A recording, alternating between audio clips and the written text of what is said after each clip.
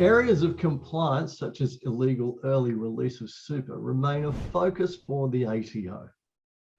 Paul Delahunty from the ATO has joined me today to talk about this and other SMSF issues. Welcome, Paul.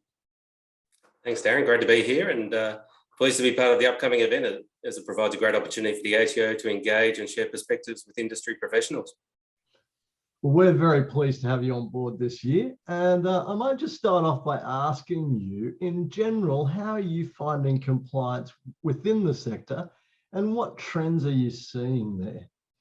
Thanks, Darren. So in terms of updates in relation to compliance matters, we've seen some recent trends in the lodgement of audit contravention reports, with the number of reported contraventions rising in the last 12 months.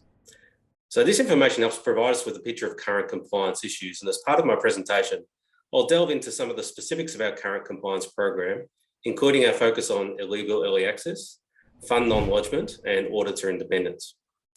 Also, as part of the presentation, there's some important updates that I'll be providing from a regulator's perspective.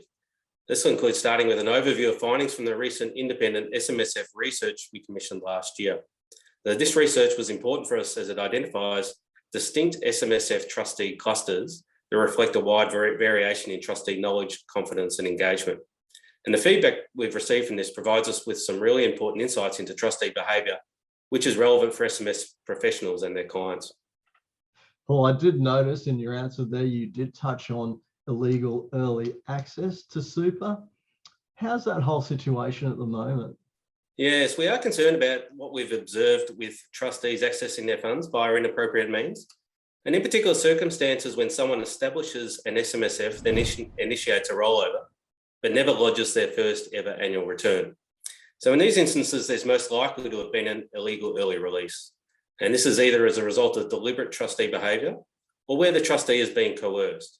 And so the ATO is very concerned about the significant growth in the number of SMSFs failing to lodge their first return, as this rate is now sitting at about 26% for the 2020 annual return.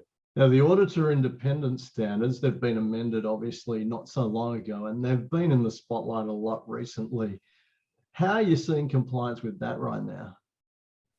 Yeah, so they have been in the spotlight quite a bit, Darren. So we've recently had quite a bit in terms of media announcements around ASIC action in relation to reciprocal auditing arrangements, where a number of auditors were disqualified by ASIC.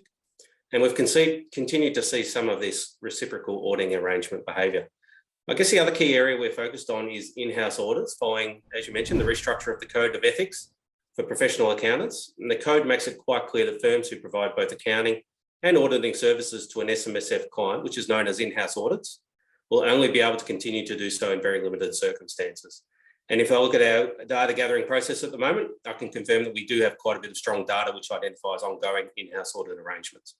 And of course, another topical issue that you would have to have been in a vacuum if you don't read these articles is all about crypto.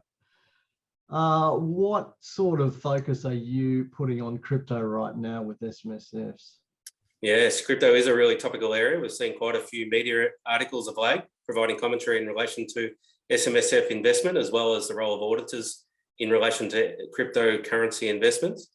As part of my presentation, I'll share our most updated stats on the extent of SMSF investment in crypto assets, as well as some of the key issues SMSF professionals and especially auditors should be aware of when their clients venture down this investment pathway. And this will include issues associated with asset ownership and other potential contraventions which may occur.